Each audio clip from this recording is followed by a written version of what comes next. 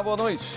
Eu sou William Galvão e começa agora o Jornal da Justiça desta segunda-feira, 29 de janeiro. Ministro Alexandre de Moraes do Supremo autoriza nova fase da operação que investiga a espionagem ilegal da Agência Brasileira de Inteligência. Entre os alvos da Polícia Federal está Carlos Bolsonaro, um dos filhos do ex-presidente da República. Este é um dos destaques de hoje e você acompanha também nesta edição. Presidente do STF, ministro Luiz Roberto Barroso, defende regulação da inteligência artificial durante a abertura do Ano Judiciário Interamericano 2024. Julgamentos nos plenários físico e virtual do Supremo serão retomados na próxima quinta-feira. E ainda, juiz do Distrito Federal decide que companhias aéreas podem limitar o número de passagens adquiridas por milhas.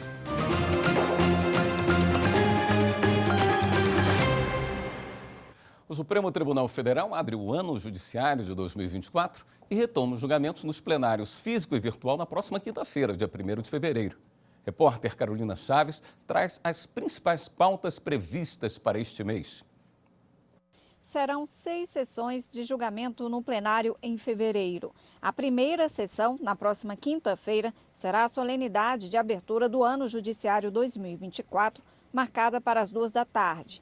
Já na primeira sessão estão previstos 4 julgamentos, 2 de repercussão geral, como que discute o regime de bens no casamento e uniões estáveis de pessoas com mais de 70 anos. Esse processo é da relatoria do presidente e ministro Luiz Roberto Barroso.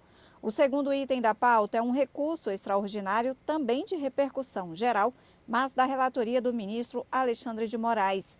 No Supremo, o INSS questiona a decisão do Superior Tribunal de Justiça, que admitiu a aplicação da revisão da vida toda para aposentados e beneficiários que contribuíram para a Previdência antes de novembro de 1999. Ainda no mês de fevereiro, foram pautados julgamentos de ações da chamada Pauta Verde, que cobram ações do governo federal no combate ao desmatamento e queimadas na Amazônia e no Pantanal.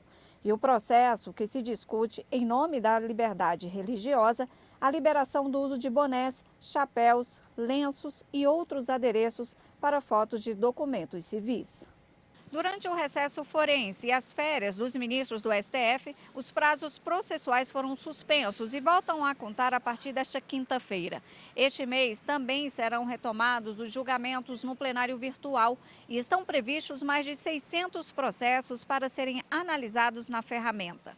Entre os temas estão o ingresso de mulheres nas polícias militares nos estados, concessão de benefícios fiscais sobre produtos agrotóxicos e ações penais contra pessoas denunciadas pela Procuradoria-Geral da República por participação nos atos antidemocráticos do dia 8 de janeiro de 2023. E o presidente do Supremo, o ministro Luiz Roberto Barroso, defendeu a necessidade de regulação da inteligência artificial durante a abertura do Ano Judiciário Interamericano 2024 na Costa Rica. Quem tem as informações é a repórter Viviane Novaes. O encontro ocorreu em São José, na Costa Rica, que é a sede da Corte Interamericana de Direitos Humanos. A Corte é um tribunal autônomo que representa todos os membros da Organização dos Estados Americanos, entre eles o Brasil. O presidente do Supremo Tribunal Federal, ministro Luiz Roberto Barroso, falou da necessidade de regulação da inteligência artificial, assunto que vem sendo discutido em várias partes do mundo. O presidente do STF comparou com tecnologias antigas a velocidade com que o ChatGPT levou para atingir 100 milhões de usuários. O telefone antigo demorou 75 anos, o celular, 16 anos, a internet, 7 anos e o ChatGPT levou apenas 2 meses. Essa é a velocidade com que as nossas vidas estão acontecendo. E a gente precisa estar preparado para respirar fundo e acompanhar essas transformações.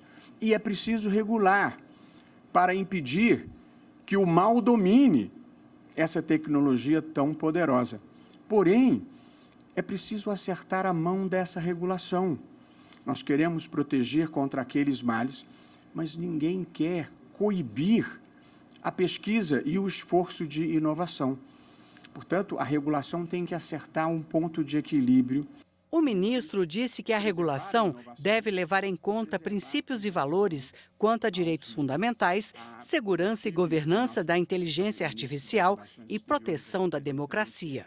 É preciso proteger as instituições democráticas dos ataques morais e físicos que foram organizados online com a ajuda da inteligência artificial. O 6 de janeiro nos Estados Unidos e o 8 de janeiro no Brasil, com invasão dos prédios representativos da democracia, foram articulados pelas redes sociais com algoritmos que direcionavam para o público que queria consumir aquela informação. E, evidentemente, a democracia precisa militar, precisa ser militante e se proteger. A despeito de todas as modernidades e transformações, os valores que devem nortear a vida humana na Terra continuam a ser os mesmos: o bem, a justiça e a dignidade da pessoa humana. A Corte Interamericana de Direitos Humanos deu posse à nova diretoria. Nos próximos 2 anos, a instituição vai ser comandada pela juíza Nancy Hernandes Lopes. No discurso de posse, ela fortaleceu os laços com as autoridades brasileiras no trabalho de proteção dos povos indígenas Yanomami. Este caso ilustra la complementariedad y sinergia que existe entre el sistema interamericano y los esfuerzos conjuntos de los estados en su misión compartida para fortalecer la justicia y la protección de los derechos humanos. Com autorização do Supremo, a Polícia Federal cumpriu hoje novos mandados judiciais em mais uma etapa da operação que investiga a espionagem ilegal de autoridades pela Agência Brasileira de Inteligência. Um dos alvos da ação foi o vereador do Rio de Janeiro, Carlos Bolsonaro.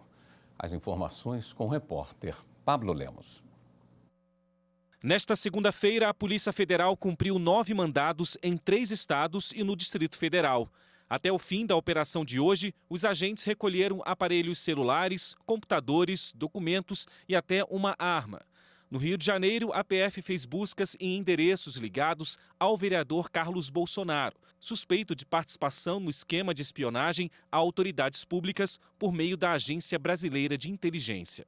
Na decisão que autorizou mais uma etapa da operação, o ministro do STF, Alexandre de Moraes, destacou que, além da identificação das diversas condutas ilegais, a Polícia Federal, com o aprofundamento das medidas investigativas, aponta fato novo, relacionado à existência na referida organização criminosa do núcleo político, também responsável pelo desvirtuamento da ABIN e da ferramenta First Mile. Outros 2 investigados foram alvos da Polícia Federal na operação de hoje: uma assessora do vereador Carlos Bolsonaro e um ex-assessor da ABIN. A investigação apontou ainda a existência de diversos núcleos de atuação entre 2019 e 2021. Os investigados pela Polícia Federal podem responder por vários crimes, entre eles organização criminosa e interceptação de comunicações sem autorização da Justiça. Segundo as investigações, a Agência Brasileira de Inteligência teria sido utilizada para monitorar ilegalmente autoridades públicas. A espionagem teria sido feita por meio de ferramentas de geolocalização de celulares, computadores e tablets para fazer a vigilância sem autorização da Justiça. Na semana passada, a Polícia Federal já havia cumprido mandados de busca e apreensão em endereços do ex-diretor da ABIN e atual deputado federal, Alexandre Ramagem. A seguir, juiz do DF diz que companhias aéreas podem limitar o número de passagens adquiridas por milhas. Voltamos já.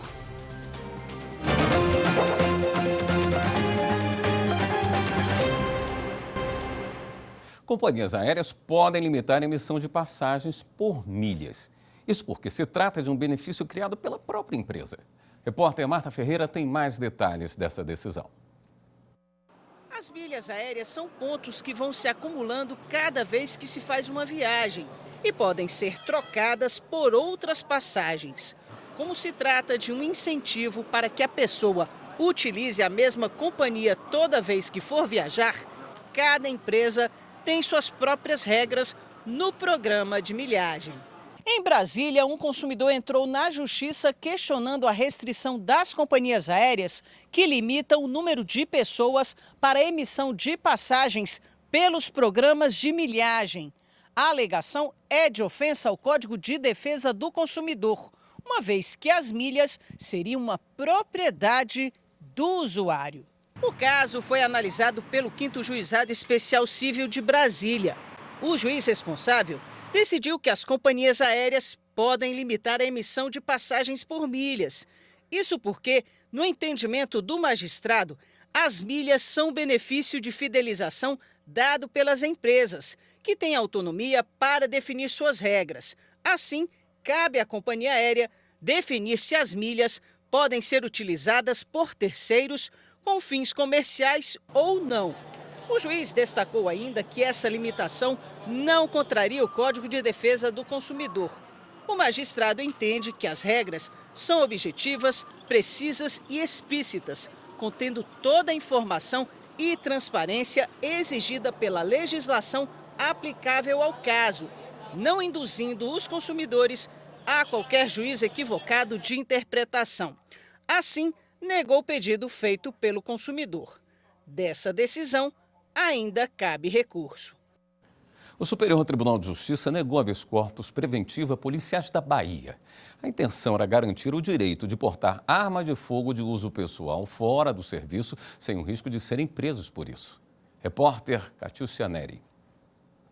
3 guardas municipais de municípios baianos solicitaram um habeas corpus preventivo, também conhecido como salvo-conduto, no Superior Tribunal de Justiça. Eles buscavam garantir o direito de portar armas de fogo de uso pessoal fora do serviço, sem o risco de serem presos. Segundo os guardas, vários de seus colegas foram detidos em flagrante por policiais federais e rodoviários federais por portarem armas de fogo fora do serviço, mesmo que essas armas estivessem registradas. No pedido ao STJ, os guardas argumentaram que precisam carregar suas armas de uso pessoal também fora de serviço para sua própria segurança e para proteger a população em geral. Eles afirmaram que a Lei 10.826 de 2003 permite que os integrantes da Guarda Municipal tenham porte de arma de fogo em todo o território nacional. Além disso, apontaram que o Decreto 11.615 de 2023 autorizaria o porte de arma no deslocamento para suas residências. No entanto, o vice-presidente do STJ, ministro Og Fernandes, indeferiu o pedido de habeas corpus preventivo. Em sua decisão, Og Fernandes explicou que a mera suposição de que os pacientes serão conduzidos em flagrante delito, caso sejam abordados fora de serviço, portando suas armas de fogo de uso pessoal, que pode vir ou não a se concretizar no futuro, não enseja a impetração de habeas corpus. Para o vice-presidente do STJ, não foi demonstrada ameaça concreta à liberdade que justifique a concessão da medida preventiva.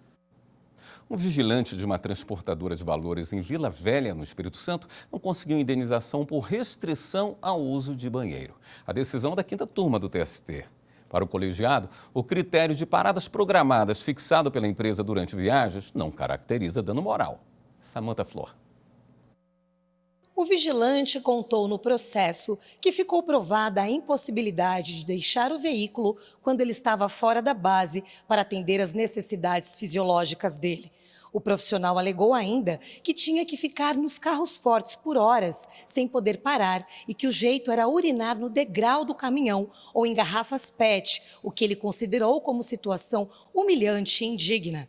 Em defesa, a empresa argumentou que nas rotas eventuais do carro forte para o interior do estado, há indicações para os locais das paradas para que os vigilantes possam ir ao banheiro e fazer refeições. Caso haja necessidade fora dessas paradas, o chefe de guarnição deve comunicar à sede por rádio e obter autorização para uma parada de urgência ou emergência que sempre é dada pela controladoria. O Tribunal Regional do Trabalho da 17ª Região no Espírito Santo manteve a decisão que negou o pedido de indenização. Segundo o TRT, as viagens eram curtas, entre municípios próximos, e era razoável que as paradas ficassem restritas a pontos estratégicos, como as proximidades de postos policiais ou as situações de emergência. Diante da decisão, o vigilante tentou rediscutir o caso no TST, sustentando que o empregador teria abusado do seu poder diretivo ao restringir ou limitar o uso do banheiro, atingindo a liberdade de satisfazer as necessidades fisiológicas dele. O O relator do recurso na 5ª turma do TST, ministro Breno Medeiros, explicou que a restrição injustificada pelo empregador do uso de banheiro configura lesão à integridade do empregado, justificando a condenação por dano moral. Contudo, o caso em questão era diferente, uma vez que havia paradas programadas durante o transporte de valores para que o vigilante pudesse utilizar os sanitários. Segundo o ministro, tratando-se de carro forte, é mais que plausível que a empregadora faça uso de estratégias a fim de garantir a segurança do trabalhador e do patrimônio dela. Ele não pode parar, né? Parar em qualquer lugar, mesmo por causa da segurança do que ele está utilizando. Então, me parece que, por ser uma questão nova, os senhores estão de acordo? Sim. A decisão foi unânime. Ainda cabe recurso da decisão. A Sociedade Brasileira de Computação está fazendo uma inspeção no código-fonte da urna eletrônica. Os detalhes com o repórter Fábio Ruas. O representante da Sociedade Brasileira de Computação, Roberto Samarone, já está na sede do Tribunal Superior Eleitoral em Brasília para inspecionar o código-fonte da urna. É o código-fonte que é o responsável por um conjunto de instruções que determina como a urna e os sistemas eleitorais vão funcionar. O código-fonte é uma parte importante dentro de todo o ecossistema, dentro de todos os sistemas que a Justiça Eleitoral tem, né? Então é nele que o votante, né, interage diretamente, porque ele tem interação com a urna, né? Ele digita o candidato na urna e a urna tem todo um processamento interno, né, através do código. Até o momento, o partido União Brasil compareceu ao TSE para auditar o código-fonte. O tribunal não faz intervenção na auditoria realizada pelas entidades, que são livres para trabalhar como desejarem. Servidores do Senado Federal agendaram inspeção para 20 de fevereiro. 14 classes de entidades, incluindo partidos, órgãos públicos e universidades, podem inspecionar o código-fonte da urna, que está aberto desde o dia 4 de outubro. PGR aciona a Justiça para que pessoas trans possam, com urgência, usar o nome social em documentos e cadastros do governo. Assunto para o próximo bloco. Até já.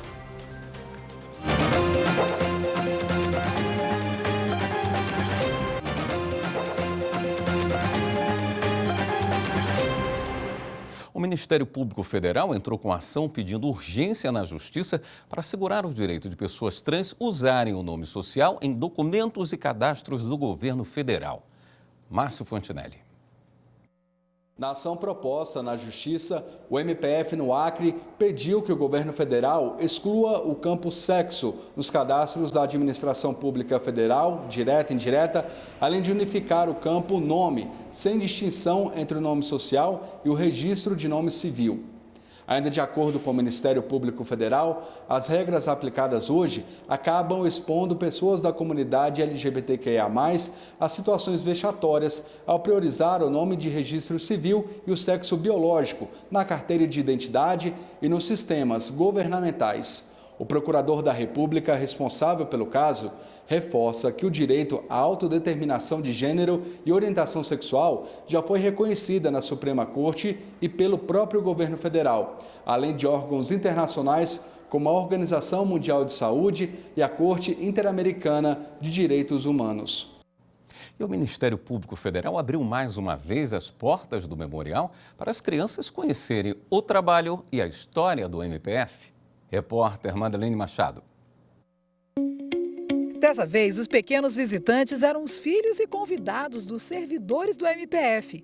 Logo na chegada, as crianças se identificavam e assinavam os nomes no livro de presença. De forma lúdica, os pequenos foram se inteirando dos assuntos de gente grande com alguns vídeos da turminha do MPF que foram passados no auditório JK.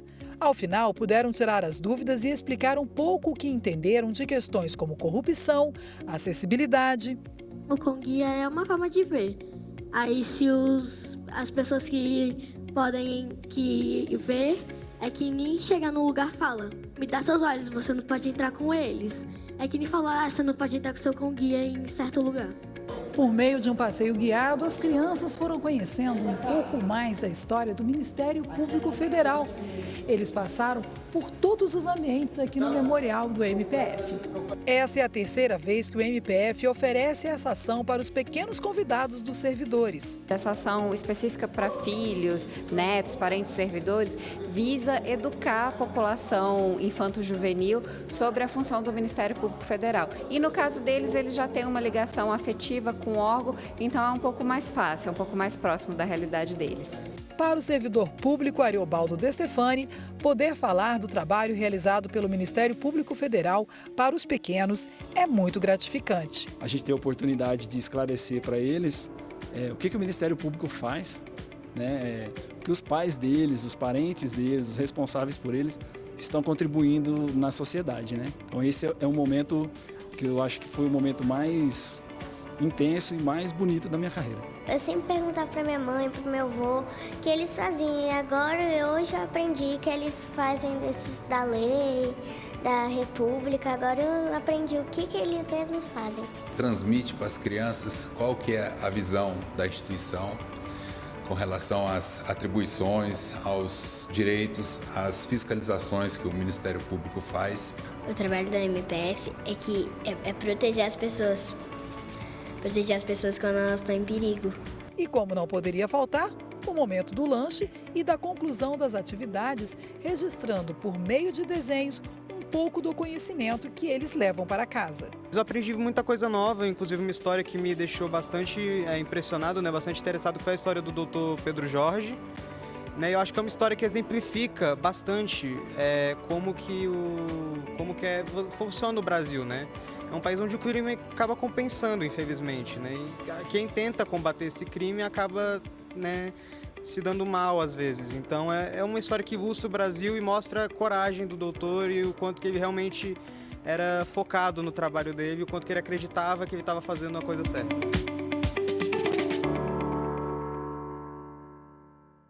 A Escola dos Servidores do Tribunal de Justiça de Mato Grosso começa o ano ofertando vários cursos para os servidores. São capacitações nas modalidades de ensino à distância e presencial. Confira na reportagem de Maritza Fonseca. É motivador começar o ano assim, aprendendo, aprimorando os conhecimentos. A Escola dos Servidores está trabalhando para levar diversos cursos para os servidores e servidoras do Poder Judiciário de Mato Grosso. A temporada de capacitações de 2024 está aberta e são muitas opções para o primeiro semestre.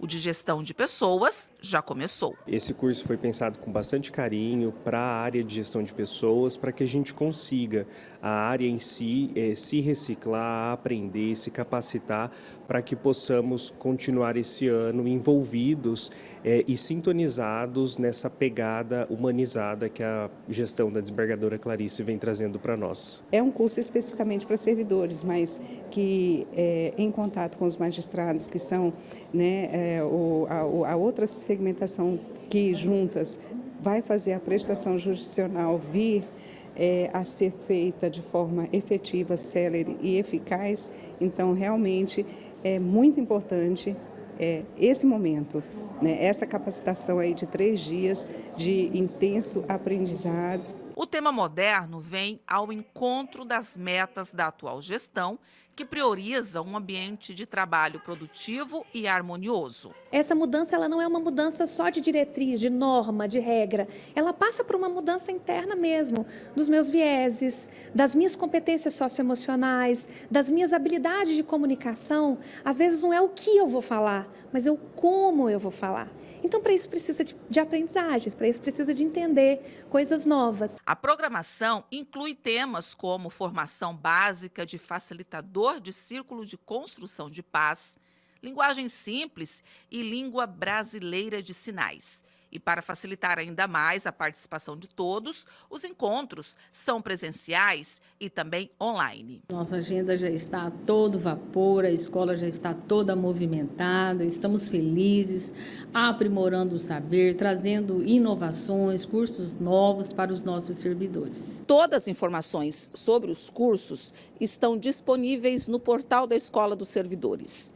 E se houver dúvidas, entre em contato pelo telefone que aparece na tela ou pelo e-mail escolaplanejamento@tjmt.jus.br. Para se inscrever nos cursos é bem simples. Na página da escola, escolha qual o desejado. Clique e preencha os dados pessoais com nome, comarca, número da matrícula e e-mail corporativo. E finalize. É prático e rápido. Esta edição do Jornal da Justiça fica por aqui.